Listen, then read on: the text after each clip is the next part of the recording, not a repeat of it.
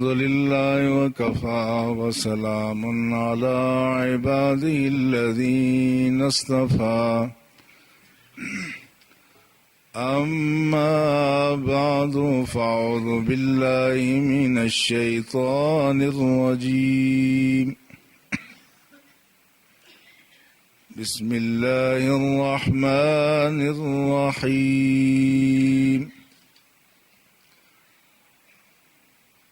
يا أيها الذين آمنوا كتب عليكم الصيام كما كتب على الذين من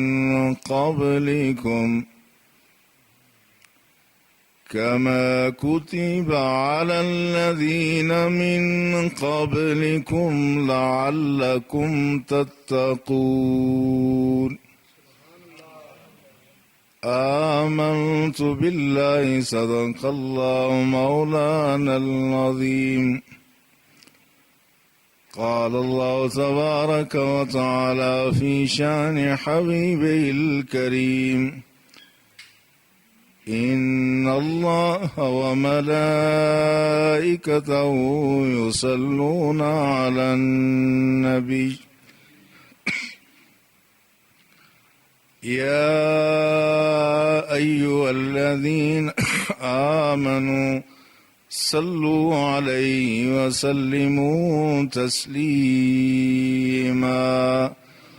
اللهم صل على سيدنا ومولانا محمد وعلى آله وأصحابه أجمعين.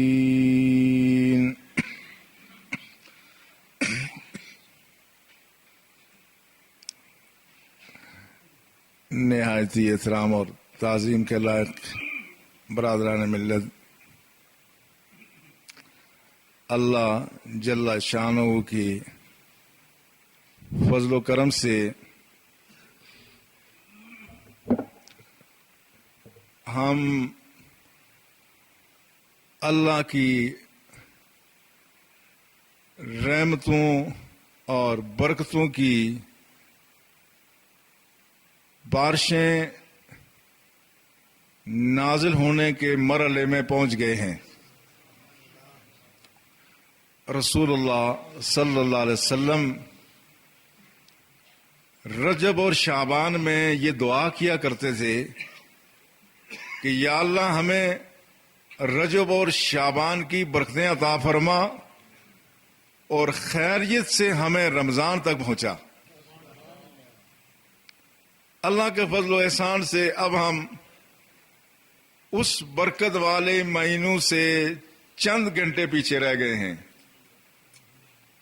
اور امید یہ ہے کہ اللہ ہم میں سے تقریباً سبھی کو یہ ساتیں نصیب فرمائے گا۔ امام حسن بصری ان مقدس مہینوں کی وضاحت کرتے ہوئے فرمایا کرتے تھے کہ رجب کا مہینہ کاشت کرنے کا ہے، شعبان کا مہینہ پانی دینے کا، اور رمضان کا مہینہ فصل کاٹنے کا ہے۔ اور ایک دوسرے بزرگ حضرت ابو بکر وہ فرمایا کرتے تھے کہ رجب کا مہینہ یہ بادلوں کے چھانے کا مہینہ ہے، رجب کا مہینہ ہواؤں کے چلنے کا مہینہ ہے، اور شعبان کا مہینہ یہ بادلوں کے آ جانے کا مہینہ ہے، اور رمضان کا مہینہ یہ بارش کے برسنے کا مہینہ ہے۔ تو گویا وہ گھٹائیں اٹھی ہیں، اب وہ برسنے والی ہیں، اور اس سے ہم نے استفادہ کرنا ہے۔ اللہ جل شانہ کا بڑا احسان اور کرم ہے کہ ملت اسلامیہ میں باوجود ساری خرابیوں کے، باوجود ساری کمزوریوں کے اور بدعمالیوں کے ایسا اللہ نے نظام بنایا ہوا ہے کہ ہم سال کے بعد پھر ایسے تبدیل ہوتے ہیں کہ خود ہمیں بھی حیرت ہوتی ہے, ہمیں دیکھنے والوں کو بھی حیرت ہوتی ہے کہ کیا سے کیا ہو گیا ہے. وہ لوگ جو اس ماہ کے آنے سے پہلے شاید ہی کبھی نماز پڑھتے ہوں گے, وہ فوراً مسجدوں کی طرف رخ کرتے ہیں. ہماری مسجد تو الحمدللہ کافی حد تک آباد ہوتی ہے. ایسی مساجد بھی ہیں کہ جہاں سال بھر ویرانی ویرانی ہوتی ہے, مگر جو ہی رمضان کا مہینہ آتا ہے ساری مسجدوں میں رونق اور بہار آ جاتی ہے. سمجھ کچھ کو آتا ہے, کچھ کو نہیں آتا. یہ ہو کیا رہا ہے کیا عجیب طرفہ تماشا. اور پھر جو ہی رمضان کا مہینہ ختم ہوتا ہے پھر وہی ویرانی چھا جاتی ہے. لیکن حیرت کی بات یہ ہے, اب ہمارے جو نفسیات کے ماہرین ہیں ان کی ساری نفسیات کی تمام تھیوری, تمام نظریے باطل ثابت ہو رہے ہیں کہ ایک آدمی جس بات کا عادی نہیں ہے وہ فوراً کیسے اس کے لیے آمادہ ہو گیا, اور جب ایک دفعہ آمادہ ہو گیا تو پھر اس سے دستکش کیسا ہوا. یہ ہمارے ماہرین نفسیات کو بھی یہ بات سمجھ میں نہیں آ رہی ہے کہ آخر کون سی تبدیلی, نئی بات کون سی ہے. وہی زمین, وہی آسمان, وہی افراد, وہی ماحول, وہی سارا ایٹماسفیئر ہے, مگر یہ تبدیلی کیسے آتی ہے, اور یہ تبدیلی پھر اس میں تبدیلی کیسے آ جاتی ہے. یہ وہ ایک ایسا نظام ہے جو اللہ جل شانہ کے خاص حکم سے حرکت میں آتا ہے, اور اس کے نتیجے میں ملت میں ہر طرف خیر ہی خیر پیدا ہو جاتی ہے اور شر دب جاتی ہے. لیکن یہ بات بھی پیش نظر رہے, اگر یہ بات نہ ہوتی تو ملت میں مجموعی طور پر اب خیر دبتی جا رہی ہے, شر ابھرتی جا رہی ہے. یہ بات اپنے طور پر مسلم ہے کہ آج بھی اللہ کے گھر آباد کرنے والے لوگ موجود ہیں, اللہ کی یاد سے زبانوں کو تر رکھنے والے لوگ موجود ہیں, اللہ کے نام پر مر مٹنے کا جذبہ رکھنے والے لوگ موجود ہیں, اللہ کے نام پر انفاق فی سبیل اللہ کرنے والے لوگ موجود ہیں. لیکن مجموعی طور پر جو ملت کے اصلاح کے دو اہم پلر تھے, جو دو اہم شعبے تھے, ان شعبوں میں روز بروز خرابی پیدا ہو رہی ہے. وہ کون سے شعبے ہیں جس کا خود قرآن نے ذکر کیا ہے. اللہ نے قرآن میں فرمایا, یا ایھا الذین آمنوا اطیعوا اللہ و اطیعوا الرسول و اولی الامر منکم, اے ایمان والو اللہ کی اطاعت کرو اور اللہ کے رسول کی اطاعت کرو اور اولو الامر کی اطاعت کرو.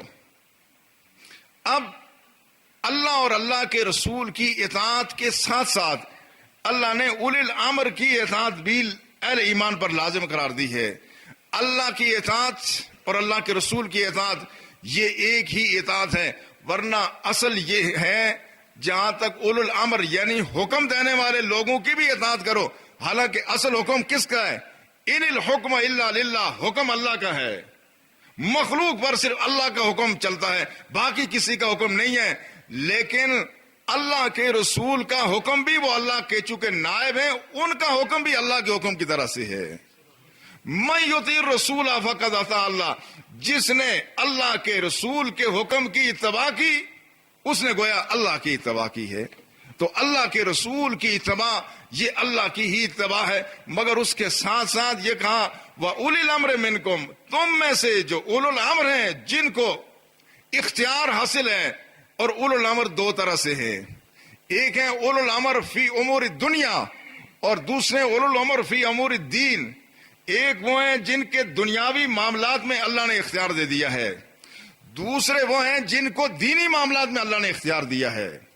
رسول اللہ صلی اللہ علیہ وسلم کی ذات کی حد تک اللہ کے رسول خود ہی وہ مرکز تھے, وہ اولو الامر فی الدین بھی تھے اور اولو الامر فی دنیا بھی تھے.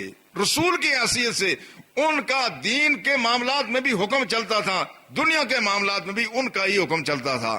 اور اس کے بعد جو خلافت کا سلسلہ شروع ہوا, ہم 4 عمرہ کو خلیفہ اس لیے کہتے ہیں کہ یہ دور یہ خلافت علی منہاج النبوت تھا, یعنی نبوت کا عکس یہاں نظر آ رہا تھا. ان 4 خلفاء کے انداز حکمرانی میں رسول اللہ کی حکمرانی کا عکس اللہ کے رسول جس طرح محراب اور منبر پر امامت فرماتے تھے، اسی طرح سے میدان کارزار پر بھی امامت فرماتے تھے۔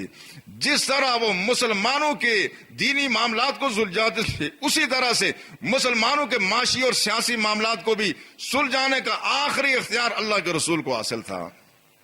خلفائے راشدین کے دور میں بھی یہی ہوا کہ مسلمانوں کا خلیفہ وہ جس مسجد میں جائے اس مسجد کے امام کو مصلی پر کھڑے ہونے کا کوئی حق نہیں جب خلیفۃ المسلمین وہاں چلے گئے۔ اور اسی طرح سے وہ خلیفۃ المسلمین ایوان اقتدار میں نہیں بلکہ مسجد میں ہی بیٹھ کے، اس زمانے مسجد ایوان اقتدار تھا، جو فیصلہ کرتے تھے ان کا فیصلہ جب قرآن اور سنت کے مطابق ہی ہوا کرتا تھا وہ آخری فیصلہ ہوتا تھا۔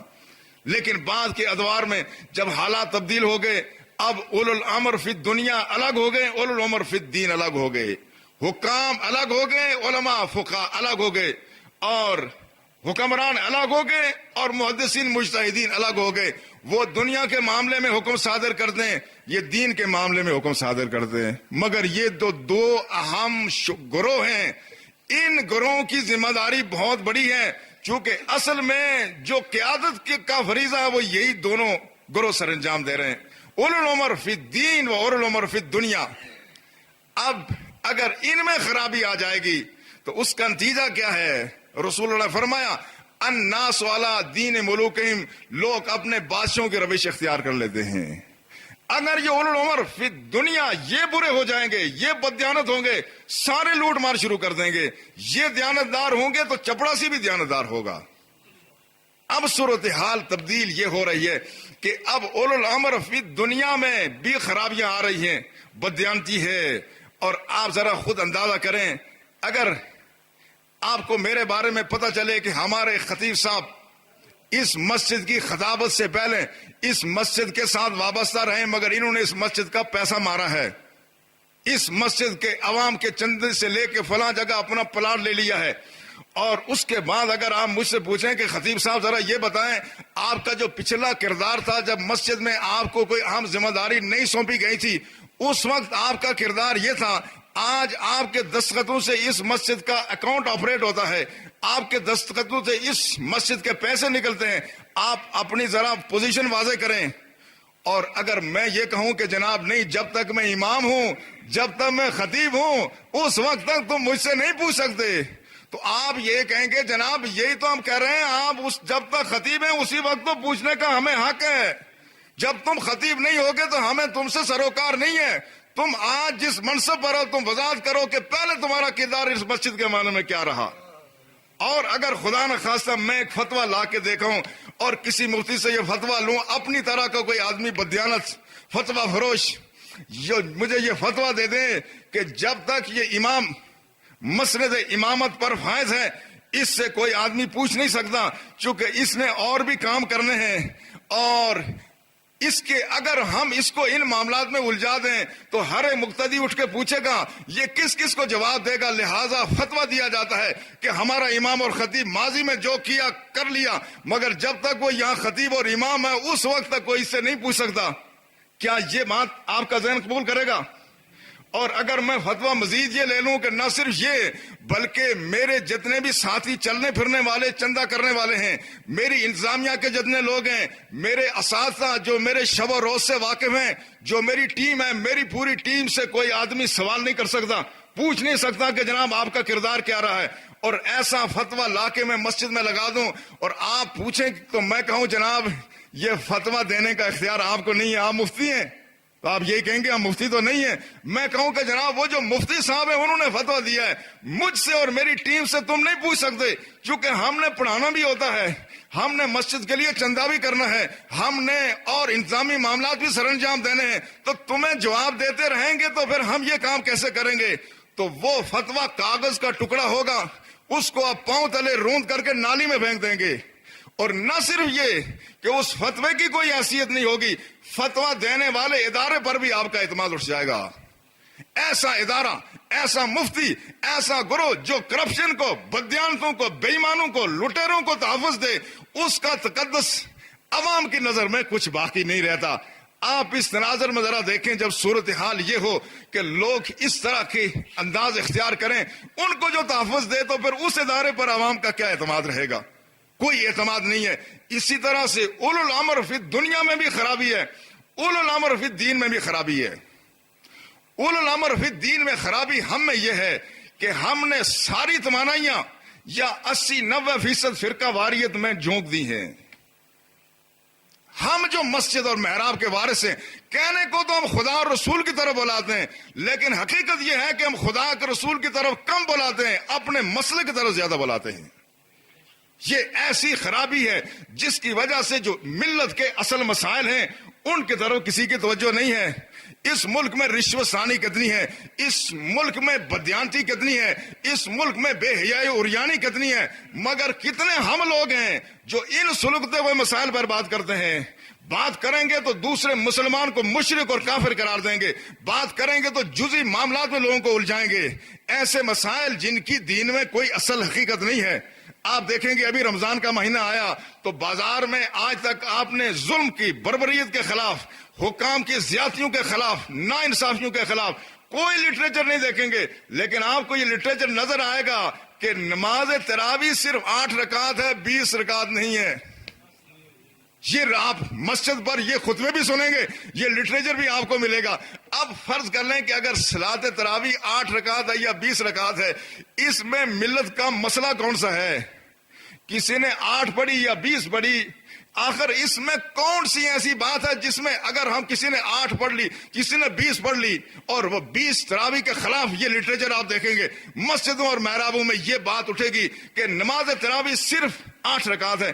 اچھا اگر یہ 20 رکعت 8 ہی ہے تو جس نے 20 پڑھ لیا اس نے اللہ کا نام زیادہ لیا یا کم لیا؟ زیادہ لیا۔ لیکن ممکن ہے کوئی کہے کہ نہیں جی، زیادہ جو اللہ کے رسول سے جو چیز ثابت ہو اس سے زیادہ شرن گنجائش نہیں ہے۔ میں ایک حوالہ دے کے آگے چلتا ہوں۔ یہ حدیث امام بخاری نے کتاب التہجد میں بھی نقل کی ہے اور کتاب التراویح دونوں میں نقل کی ہے۔ ان عائشہ رضی اللہ تعالی عنہا، حضرت عائشہ سے روایت ہے کہ رسول اللہ کی صلاۃ اللیل کے بارے میں پوچھا گیا، آپ نے فرمایا ما کان رسول اللہ صلی اللہ علیہ وسلم یزید فی رمضان ولا فی غیرہ علی 11 رکعہ، کہ رسول اللہ صلی اللہ علیہ وسلم رمضان یا غیر رمضان میں 11 رکعتوں سے زیادہ نہیں پڑھتے تھے۔ یہ حدیث کہاں ہے؟ حضرت عائشہ سے صلاۃ التراویح میں بھی ہے اور کتاب التہجد میں بھی ہے، کتاب التہجد میں بھی ہے۔ اب اس میں یہ بتائیں کہ یہ گویا ایسی نماز ہے جو غیر رمضان میں بھی ہے، تو صلاۃ تراویح غیر رمضان میں ہے؟ نہیں ہے۔ اس کا مطلب کیا ہوا؟ اس کا مطلب یہ ہوا کہ یہ تراویح کی نماز نہیں ہے۔ ما کان رسول اللہ صلی اللہ علیہ وسلم یزید فی رمضان ولا فی غیرہ علی 11 رکعات، 11 رکعتوں سے رسول اللہ زیادہ نہیں پڑھتے تھے۔ اس کا مطلب یہ ہوا کہ یہ تراویح کی نماز نہیں ہے بلکہ یہ تہجد کی نماز ہے، یہ تہجد کی نماز ہے۔ فرض کر لیں یہ بخاری میں روایت بھی نہ ہوتی، لیکن جب اس بخاری میں یہ کتاب التراویح میں اسی حدیث کے ساتھ جو دوسری حدیث نقل کی گئی ہے اس میں کہا گیا کہ ابتدا میں حضرت رسول اللہ صلی اللہ علیہ وسلم کے زمانے میں باجماعت نماز تراویح نہیں تھی، حضرت ابو بکر کے زمانے میں باجماعت صلاۃ تراویح نہیں تھی، حضرت عمر کے ابتدائی زمانے میں باجماعت صلاۃ التراویح نہیں تھی۔ پھر جب حضرت عمر نے صلاۃ التراویح کا آغاز کیا باجماعت، تو اس زمانے سے لے کر آج تک 20 رکعت ہی پڑھی جا رہی ہیں مسجد نبوی شریف میں اور بیت اللہ الحرام میں، مسجد حرام میں۔ جب نسل در نسل صحابہ نے 20 پڑھی، تابعین نے پڑھی، تبا تابعین نے پڑھی، آج تک 20 رکعت ہی پڑھی جا رہی ہیں۔ تو پھر کامن سینس کی بات یہ ہے کہ اگر بخاری کی روایت نقل ہوئی 200 سال بعد اور صلاۃ التراویح کب شروع ہوئی؟ رسول اللہ کے وصال کے چند سال بعد، تو جو بات 13-14 ہجری میں شروع ہو وہ بات زیادہ معتبر ہے یا جو بات 200 سال بعد نقل کی جائے؟ اس کا مطلب یہ ہوا کہ صحابہ اس مدعا کو سمجھتے تھے. اگر صحابہ نے 20 رکعات پڑھی ہیں تو آج تک اگر اس پر اجماع چلا آ رہا ہے. لوگ حدیث کی بات کرتے ہیں مگر حدیث کے فن کو نہیں سمجھتے. حدیث کا ایک اصول ہے کہ اگر کتاب میں کوئی روایت ہو اس کے شواہد اور توابع، یہ ٹیکنیکل زبان ہے، شواہد اور توابع ہوں اور تعامل ملت کا ہو تو اسی حدیث کو مانیں گے جس پر ملت نے عمل کیا ہے. وہ اس کی تائید فراہم کرتا ہے کہ حدیث یہی ہوگی، ورنہ بعد میں جو کتاب میں حدیث نقل کی گئی اگر یہ اس کے خلاف ہو تو گویا ملت کسی غلط بات پر جمع ہو گئی. رسول اللہ فرمایا لا تجتمع امتی علی الضلالہ، میری ملت امت کبھی غلط بات گمراہی پہ جمع نہیں ہوگی. اب میں بتانا یہ چاہتا ہوں ایک بات جو ایک عرصے 1400 سال سے تسلسل سے چلی آ رہی ہے، آج اس کے خلاف لٹریچر پھیلا کے کیا دین کی خدمت ہو رہی ہے. یہ وہ فرقہ واریت ہیں جس کی وجہ سے ہماری توانائیاں ضائع ہو رہی ہیں. اور یہاں عجیب و غریب صورتحال میں یہ دیکھتا ہوں، یہاں دن کے اجالوں میں لوگ سروں کی قیمتیں لگواتے ہیں، رات کی تاریکیوں میں جا کے ضمیر کی قیمت لگواتے ہیں. اور میں ایک دفعہ یورپ میں ایک ملک میں گیا، سرکاری دعوت تھی، وہاں پر ایجوکیشن ان پاکستان پر سیمینار تھا، وہاں ہم نے گفتگو کرنی تھی. اس کے بعد میرے وہاں ایک چرچ کے نمائندے سے ملاقات ہوئی. انہوں نے کہا ہم پاکستان کے فلاں قاری صاحب، ملتان سے ان کا تعلق، ابھی مشیر داخلہ کے ساتھ ان کی ملاقات پچھلے دنوں ہوئی. انہوں نے کہا ان کے ذریعے سے ہم پاکستان کے بعد دینی مدارس کی مدد بھی کرتے ہیں. تو میں نے کہا آپ کو پتا ہے کہ دینی مدارس کی ایکٹیویٹیز کیا ہیں؟ انہوں نے کہا سب پتا ہے مگر وہ ہماری ضرورت ہے. یہ ہے ہمارا دوگلا پن. ایک طرف ان کو محراب و ممبر سے مذمت بھی کرتے ہیں، پھر ان سے فنڈز بھی لیتے ہیں، ان کے مفادات کا تحفظ بھی کرتے ہیں. سارے لوگ نہیں کرتے ہیں مگر وہ لوگ بھی ہم میں سے ہی ہیں. لہٰذا یہ وہ خرابی ہے جس کی وجہ سے ملت کو اپنے اصل مسائل سے دور رکھا جا رہا ہے. لیکن اب قرآن نے یہاں ایک ایسی شرط لگا دی ہے کہ اس سے ساری بات واضح ہو گئی. ایک لفظ منکم کا لگایا، یا ایھا الذین آمنوا اطیعوا اللہ و اطیعوا الرسول و اولی الامر منکم. اللہ کی اطاعت کرو، اللہ کے رسول کی اطاعت کرو اور اول الامر کی اطاعت کرو بشرطے کہ منکم تم میں سے ہوں. منکم کی قید سے ساری بات واضح ہو گئی. جو لوگ رہیں پاکستان میں، کھائیں پاکستان کا، فنڈز یہاں سے گبن کریں اور ان کے اکاؤنٹس بیرونی ملک ہوں، وہ ہم میں سے نہیں ہیں. وہ ہم میں سے ہرگز نہیں ہیں. وہ لوگ جو بات ہمارے سامنے کریں مگر وہ دین کی نمائندگی نہ کریں، کسی انگریز کی اور امریکی ان ایجنٹوں کی، ان کی نمائندگی کریں. قرآن کہتا ہے یہ تم میں سے نہیں ہے. دوسری آیت، یا ایھا الذین آمنوا، اے ایمان والو، لا تتخذوا اليہود والنصارى اولیاء، یہودیوں اور نصرانیوں کو اپنا دوست نہ بنانا. وَمَن يَتَوَلَّهُم مِّنكُمْ فَإِنَّهُ مِنْهُمْ، اور یاد رکھو تم میں سے اگر کسی نے یہودیوں نصرانیوں کو، ان بے ایمانوں کو اپنا دوست بنا لیا، فَإِنَّهُ مِنْهُمْ، وہ ان میں سے ہے، تم میں سے نہیں رہا. ایسا کوئی بھی شخص، خواہ اس کا نام مسلمان والا ہو، شہریت پاکستان کی ہو یا ڈبل شہریت ہو، اس سے بھی کوئی فرق نہیں پڑتا، لیکن جو شخص رہے اس ملک میں مگر وفادار ان اسلام دشمن قوتوں کا ہو، قرآن کہتا ہے من یتولہم منکم فإنہ منہم، جو تم میں سے ان کا یار ہے وہ تم میں سے نہیں ہے، وہ ملت اسلامیہ کا حصہ نہیں ہے. فإنہ منہم، وہ ہے اصل میں انہی کا ایجنٹ، انہی میں سے ہی ہے. اس کا حشر بھی ان میں ہوگا اور اس کا انجام بھی ان میں سے ہوگا. اس لیے عرض کرنے کا مدعا یہ ہے کہ یہ جو دو عام فریق ہیں، ان دو عام فریقوں کے اپنے فرائض سے کوتاہی کرنے کی وجہ سے ان کے ایک بہت بڑی اکثریت فرائض سے کوتاہی برتی ہے، تو اس کی وجہ سے ملت کو راہ ہدایت ملنا مشکل ہو رہا ہے.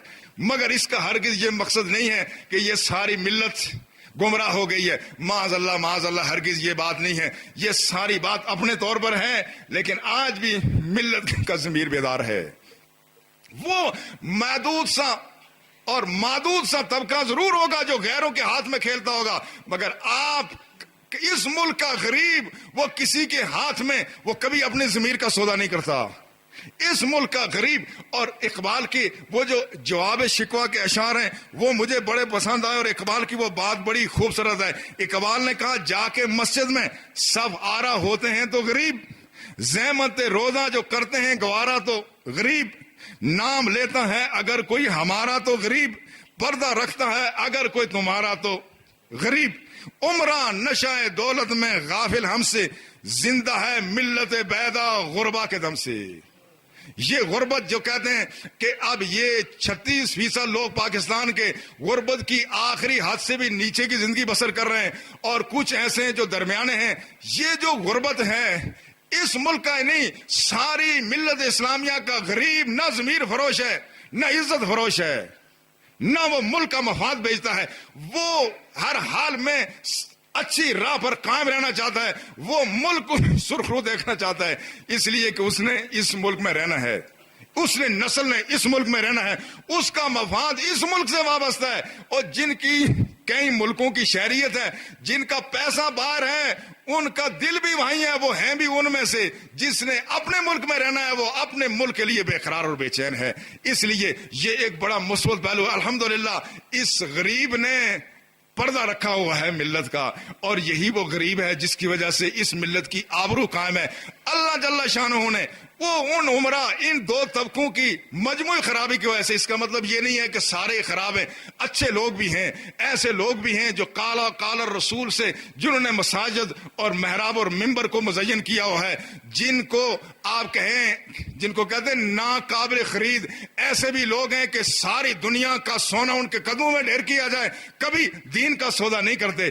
ایسے بھی لوگ ہیں ہمارے سیاسی حلقوں میں کہ جن کے سامنے آپ سارے دنیا کی دولت ڈھیر کر لیں مگر ان کی وفاداریوں کو نہیں خرید سکتے، مگر ایسے لوگ بہت کم ہیں، لیکن ضرور ہیں۔ لیکن اللہ جل شانہ نے اہتمام یہ کیا ہوا ہے کہ اس ملت کے پھر وہ نیکی کی بہار آ جائے، نیکی کی بہار آ جائے اور برائی دب جائے۔ اور لہذا رمضان المبارک کا یہ جو ماہ مقدس آ رہا ہے، یہ پھر نیکی کی بہار کا مہینہ ہے، یہ نیکی کی بہار کا مہینہ ہے۔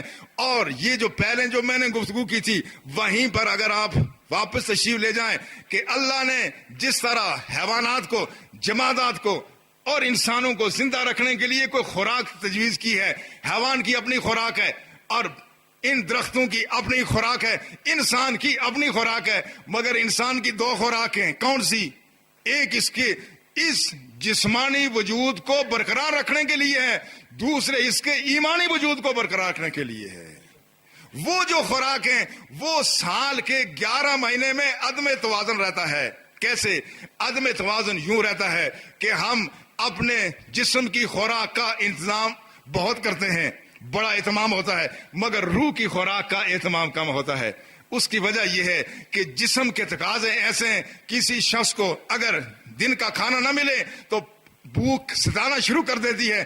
آپ کو اگر گرم موسم میں آپ کو اگر پانی میسر نہ ہو تو آپ کے ہونٹ خشک ہو کے آپ کا منہ کانٹا بننا شروع ہو جاتا ہے، تو فوراً پانی کا احساس ہوتا ہے۔ مگر مومن وہ ہے کہ اس کو جس طرح بھوک اور پیاس آتی ہے اسی طرح سے اللہ کا ذکر چھوڑ کر کے اس کو بے چینی اور بے قراری ہوتی ہے۔ ایک نمازی کو نماز چھوڑ کر کے وہی بے قراری ہوتی ہے جو کسی شخص کو بھوکا رہ کر کے بے قراری ہوتی ہے۔ اس لیے رسول اللہ صلی اللہ علیہ وسلم نے وہ فرمایا تھا مل اللہ قبورہم و بیوتہم نارا۔ وہ غزوہ خندق کے موقع پہ جب آپ کی نماز عصر قضا ہوئی تو کہا یا اللہ ان مشرکین کے گھروں اور ان کی قبروں کو آگ سے بھر دے، انہوں نے ہمیں نماز عصر پڑھنے سے باز رکھا ہے۔ جن کی نظر میں اس کی اہمیت ہے وہ پیاس محسوس کرتے ہیں، عام آدمی پیاس محسوس نہیں کرتا۔ اب ہوتا یہ ہے کہ ہم جسم کو ضرورت سے زیادہ خوراک فراہم کرتے ہیں اور روح کو مطلوبہ کم از کم خوراک بھی فراہم نہیں کرتے۔ جسمانی بیماریاں بھی بڑھ جاتی ہیں، روحانی بیماریاں بھی بڑھ جاتی ہیں۔ یہ مہینہ انفرادی طور پر اور اجتماعی طور پر ہماری اوور آلنگ کا دور ہے، ہمارے جسم اور روح کے دونوں نظاموں کو اعتدار پر لانے کا ہے۔ ہم نے جو زیادہ کھایا ہے، جو بلڈ پریشر، ہمارے جسم میں جو چربی زیادہ آ گئی ہے، ہمارے معدے پہ جو زیادہ اضافی بوجھ پڑا ہوا ہے، اکثر لوگوں کے معدے کام نہیں کر رہے ہیں، اور اس طرح کے بے شمار مسائل ہیں، بیماریاں ہیں، وہ ان کا بھی علاج ہے اور ہمارے روحانی بیماریوں کا بھی علاج۔ جن کو نماز پڑھنے کا جی نہیں کرتا تھا اب ان کو جی کر رہا ہے، اب ان کو کل دیکھیں گے اور زور کی نماز میں یہاں جگہ نہیں ملے گی۔ اب اس کا مطلب ہے وہ روحانی نظام بھی متحرک ہو گیا، مگر اس میں احتیاط ضروری ہے۔ یہ ہے ہمارا علاج کا مرحلہ، شفا ابھی نہیں ملے گی۔ اس لیے فرمایا اولو رحمہ، رسول اللہ نے جو 29 شعبان کو خطبہ دیا تھا اس میں فرمایا تھا اولو رحمہ، اوسط مغفرہ و آخر عتق من النار، کہ رمضان کا پہلا عشرہ یہ رحمت کا ہے، دوسرا مغفرت کا ہے، اور آخری جہنم سے آزادی کا ہے۔ لہذا اس معاملے میں میں آج جو روحانی بیماریاں جو بے احتیاطی ہیں اس کو بھی چھوڑنا پڑے گا۔ اب نظر کی حفاظت کرنی پڑے گی، زبان کی حفاظت کرنی پڑے گی، دل کی حفاظت کرنی پڑے گی، اور کھانے پینے میں بھی جو بے احتیاطی ہیں وہ بھی چھوڑیں گے۔ یہ نہ ہو کہ دن بھر تو ہم روزے سے، مگر شام کو جب ہم دسترخوان پر ٹوٹ پڑیں تو ہم اتنا کھا پی لیں کہ ہمارے ہاضمے جواب دے جائے۔ اس کا احتیاط کرنا ہے۔ ایک اور بات میں آپ کے علم میں اضافے کے لیے بات کرتا ہوں، سائنسی بنیاد پر۔ یہ ایک بہت بڑے AFIC کے ایک بہت بڑے جنرل ڈاکٹر ہیں، اظہر رشید جن کا نام ہے، وہ مظفر آباد میں آئے، انہوں نے یہاں ایک لیکچر دیا، انتہائی قیمتی لیکچر ہے۔ اگر مجھے موقع ملا تو میں اس کی ساری تفصیل آپ کو بتاؤں گا، لیکن اس مرحلے پہ میں وہ بات ساری نہیں کر سکتا۔ انہوں نے ایک بات یہ کی، یہ جو آپ سمجھتے ہیں کہ تیل آپ استعمال کرتے ہیں تو یہ ایسی بے ضرر چیز ہے کہ جو چاہیں آپ تیل استعمال کر لیں، تیل کی پکی ہوئی چیزیں جتنی چاہیں، پکوڑے، سموسے، یہ سب ٹھیک ہے۔ انہوں نے کہا اس تیل کے، یہ جو تیل بنتا ہے اس کا وزن کم ہوتا ہے، انہوں نے وزن پورا کرنا ہوتا ہے کمپنیوں نے، تو وہ اس میں ایسی دھاتیں، ایسی چیزیں شامل کرتی ہیں جس کی وجہ سے اس کا وزن بڑھ جاتا ہے، وہ لیکن انسان کے استعمال کے قابل نہیں رہتا۔ اس بات کا خیال رکھنا ہے، یہ تیل بے ضرر نہیں ہے، تیل بے ضرر، یہ بھی انتہائی ضرر رساں ہے۔ انہوں نے کہا بہتر یہ ہے کہ لوگ دیسی گھی کا ہلکا پھلکا تڑکا لگائیں، مگر دیسی گھی کا تڑکا جب لگے گا جب گائے ویسے رکھیں گے، ورنہ تڑکا کس کا لگے گا؟ یہ سب کام جو ہم نے چھوڑ دیا، ہم اپنی نسل کو برباد کر رہے ہیں، اولاد کو برباد کر رہے ہیں۔ لیکن بہرحال میں تفصیل کبھی بعد میں عرض کروں گا، میں اس وقت صرف اتنا عرض کرنا چاہتا ہوں کہ کھانے پینے میں اعتدال کریں، ابلی ہوئی چیزیں استعمال کریں تاکہ ہمارا جسم بھی اعتدال کی طرف آئے اور ہم اخلاقی روحانی برائیوں سے بچیں، تاکہ ہمارا روح بھی جو بہت ساری بیماریوں کا شکار ہے ہم اس سے بچ سکیں۔ میں نے پچھلی دفعہ گزارش کی تھی کہ میں آخر میں کچھ تعلیم دین کے حوالے سے ایک دو بات کروں گا، اب صرف منٹ رہ گئے ہیں دو، اس لیے کوئی تفصیلی بات تو نہیں ہو سکتی، لیکن بنیادی بات، سب سے پہلی بات، کلمہ طیبہ یہاں سے شروع کریں گے۔ کلمہ طیبہ لا الہ الا اللہ محمد رسول اللہ، لا الہ الا اللہ محمد رسول اللہ، یہ ہے کلمہ، یہ دین کی ہے بنیاد، مگر اس کا تلفظ کیا ہے؟ لا الہ الا اللہ محمد رسول اللہ۔ اکثر جو ہم ختم میں پڑھتے ہیں، پہلے تو آپ پڑھتے ہی نہیں ختم، اور جو پڑھتے ہیں وہ کہتے ہیں لا الہ الا اللہ، لا الہ الا اللہ، لا الہ الا اللہ، لا الہ الا اللہ۔ اب یہ سراسر، یہ بالکل اس کا معنی تبدیل، لا الہ الا اللہ جب تک ہاں نہیں کہیں گے تو اس کا معنی ہوگا کوئی طرف نہیں ہے۔ لا، اب الہ ہاں پڑھیں گے تو ہوگا کوئی معبود نہیں ہے، لیکن پڑھیں گے لا الہ الا اللہ، اللہ کی طرف کچھ نہیں ہے، اللہ کی طرف کچھ نہیں ہے، مگر نہیں ہے کوئی طرف مگر اللہ۔ اب یہ معنی، یہ سرے سے کلمہ بگڑ جاتا ہے۔ لہذا ہاں کا صحیح تلفظ لا الہ الا اللہ محمد رسول اللہ۔ مگر بعض دفعہ آپ محمد در بھی پڑھتے ہیں، اس کا بھی پتہ ہونا چاہیے، کیوں؟ آذان میں پڑھتے ہیں اشہد ان محمد در رسول اللہ، اس لیے عربی کے قاعدے کے مطابق انا اگر کسی لفظ سے پہلے آ جائے تو اس پہ ہم زبر پڑھتے ہیں، یہ ہے فرق۔ لا الہ الا اللہ محمد رسول اللہ، اور کلمہ میں ہم یہ پڑھیں گے، لیکن آذان اور اقامت میں کیا پڑھتے ہیں؟ اشہد ان محمد رسول اللہ، میں گواہی دیتا ہوں کہ بلا شبہ محمد اللہ کے رسول ہیں۔ لہٰذا اب جو آپ قرآن پڑھیں گے، اس مہینے میں آپ قرآن پڑھنا شروع کر دیں گے۔ ایک تلفظ میں تھوڑا سا بتا دوں، اب یہ تو قاریوں کے بتانے کی چیزیں ہیں، مسجدوں میں بتانے والی باتیں نہیں ہیں، لیکن پھر بھی اب تلفظ درست تو اتنا نہیں ہو سکتا، پتہ ہونا چاہیے۔ یہ جو زبر زیر پیش کا تلفظ ہے اس کو بھی صحیح کر لیں۔ یہ جو ہم پڑھتے ہیں الحمدللہ رب العالمین، یہ پڑھتے ہیں نا، یہ صحیح نہیں ہے، یہ ہے پیش دو الحمدللہ ہی، مگر ایک بات ہے، اب اس کو پڑھنے میں لمبا کریں گے تو دو واو بن جاتی ہے، ہی لمبا کریں گے تو یا بن جائے گی، یہ بڑے غلطی ہوتی ہے۔ یہ سورہ قل اللہ احد آپ پڑھتے ہیں نا، لیکن اس میں بھی بڑی گڑبڑ ہوتی ہے۔ لم یلد ولم یولد یہ پڑھ لیتے ہیں آپ، اب لم یلد اگر پڑھنے گے تو معنی بالکل ہی بدل جائے گا۔ یہ لم یلد ہے، لم یلد نہیں ہے، اس پہ ذرا توجہ کریں، اور اگر ممکن ہو تو آپ اپنے محلے کے مسجد کے قاری صاحب سے اپنا قرآن درست کرنے کی کوشش کریں۔ یاد رکھیں یہ قرآن ایک ایسی چیز ہے جو آخرت ہے، وہ دار الجزا ہے، دار العمل نہیں ہے۔ اللہ کی ذات نے وہاں کوئی کام نہیں کرانا، کوئی جہاد نہیں ہے، صدقہ خیرات نہیں ہے، کوئی کام نہیں ہے، ذکر اذکار نہیں ہے، مگر اللہ قرآن آپ سے پڑھوائے گا، قرآن آپ سے پڑھوائے گا، مگر انہی سے پڑھوائے گا کہ جو قرآن صحیح پڑھنا جانتے ہوں گے۔ حدیث انشاءاللہ میں آئندہ عرض کروں گا۔ لہٰذا اس مہینے میں نماز تراویح کے ساتھ اور روزوں کے ساتھ ساتھ جہاں ہم احتیاط کریں کھانے پینے میں، معمولات میں، وہاں قرآن صحیح پڑھنے کی کوشش کا آغاز کر لیں۔ اللہ ہمیں توفیق عطا فرمائے۔ وما علینا الا البلاغ۔